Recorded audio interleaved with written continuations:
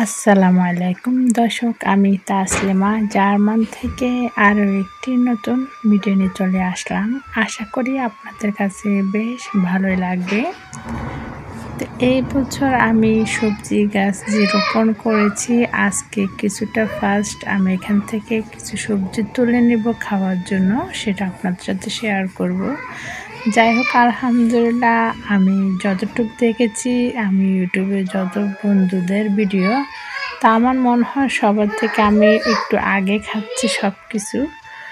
তো এখানে আমি আগে ধনিয়া পাতা এক টব তুলে নিয়েছি, আর এখন আজকে আমি 3টা টব থেকে তুলে নেব আর কিছু সবজিও তুলে নেব।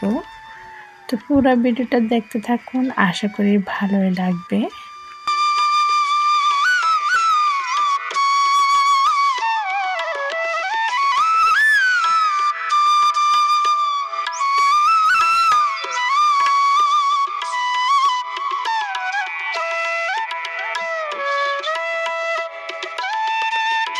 আমি এখানে যে যত সবজি গাছ রোপণ করেছি, এখানে আমি কোনো নতুন মাটি দিই নাই বা কোনো সার প্রয়োগ করি নাই।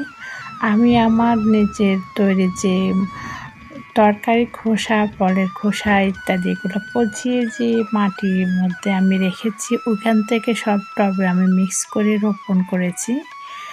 তারপর সবজি খোসা যে পানি ভিজিয়ে রেখেছি আমি দীর্ঘ 6 মাস আগে, ওইখান থেকে আমি এক বোতলে আমি দিয়েছি, আবার 3 বোতল পানি অতিরিক্ত দিয়ে মিক্স করে আমি গাছে প্রয়োগ করেছি। এক্সট্রা কোনো বাজার থেকে সবজির মানে আপনার সার কিনে নিয়ে আসি নাই।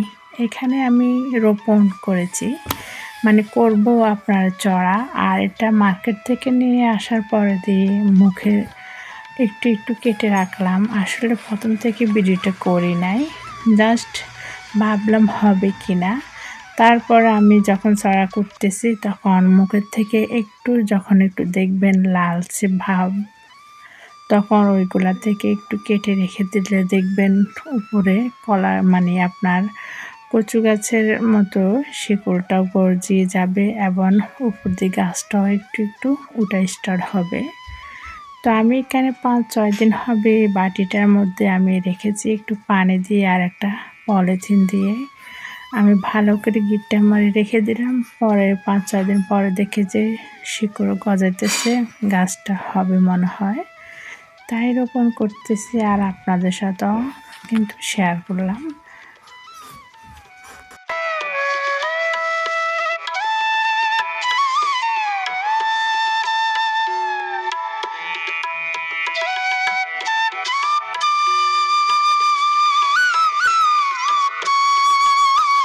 তো যে সবজি যে তুলব বলছি আপনাদের সাথে শেয়ার করবে, যে এটা হলো মূলা শাক।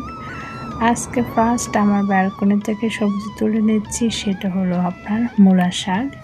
আর এখান থেকে আমি মূলা শাকটা বিকালবেলা তুলে নিয়ে নিচ্ছি। আমি সবসময় আমার ব্যালকনি থেকে বিকালবেলায় সবজিগুলো আমি সংগ্রহ করে একদম কুটে বাছি পরিষ্কার করে রেখে দিই, শুধু সকালবেলা একটু ধুয়ে রান্না বসিয়ে দিই।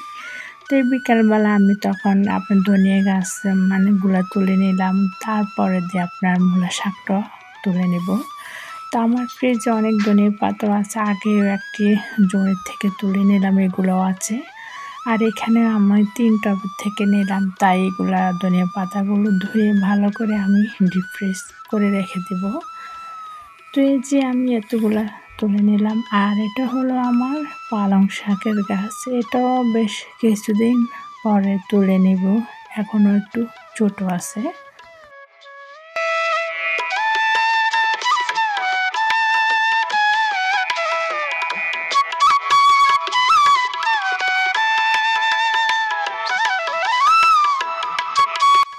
আর এটা হলো পরের দিনের ভিডিও দুপুরবেলা। কি বলবো, আসলে এইরকম শিলাবৃষ্টি হয়েছে, আমার পুরাটা টবগুলি আপনার শিলাবৃষ্টি পড়ে গিয়েছে।